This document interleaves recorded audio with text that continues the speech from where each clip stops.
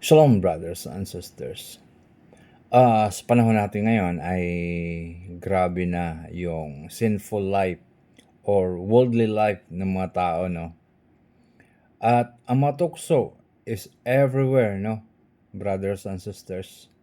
Makikita natin ngayon sa social media, wala ng pakundangan ang mga walang kahiyaang ginagawa.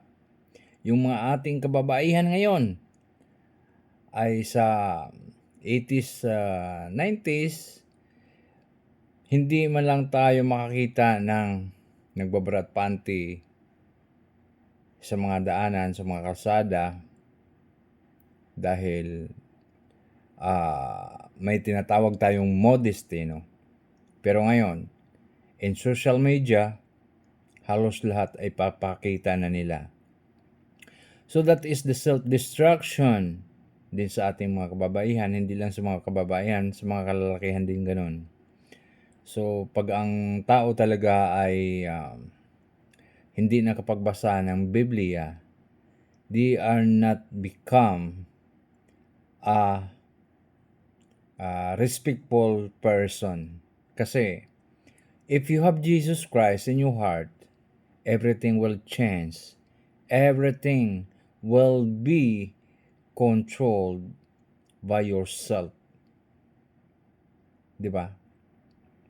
Kasi may self-convicted tayo, lalo-lalo na pag nasa atin na yung Holy Spirit, ang banal na Espiritu, ay kinoconvict kaagad tayo kung ano man ang ating pagkakamali. Maliit lang na pagkakamali ay maiisip kaagad natin na ay mali yung ginagawa ko, hindi maganda.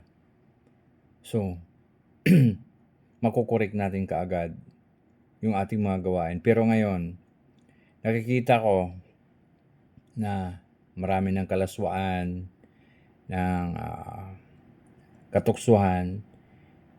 So, palagi ko nga, we are living in the last days kasi pag binasa natin yung Biblia, ang lahat ng mga bagay na yan ay mangyayari at nangyayari sa panahon natin ngayon. So, be careful, brothers and sisters, what you do in social media, in public places, and in yourself, and in your house. Kasi di maganda. Di ba? If you have Christ, if you have the Lord Jesus Christ in your heart, everything will be changed. Everything will be good manners, and everything will be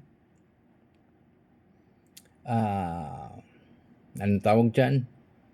Self-control. Di ba? Kasi kinoconvict tayo ng ating mga nagawang kasalanan, maliit man yan o malaki. Kaya, be strong and be courage and keep our faith in God through Christ our Lord until our life is gone in this world, brothers and sisters.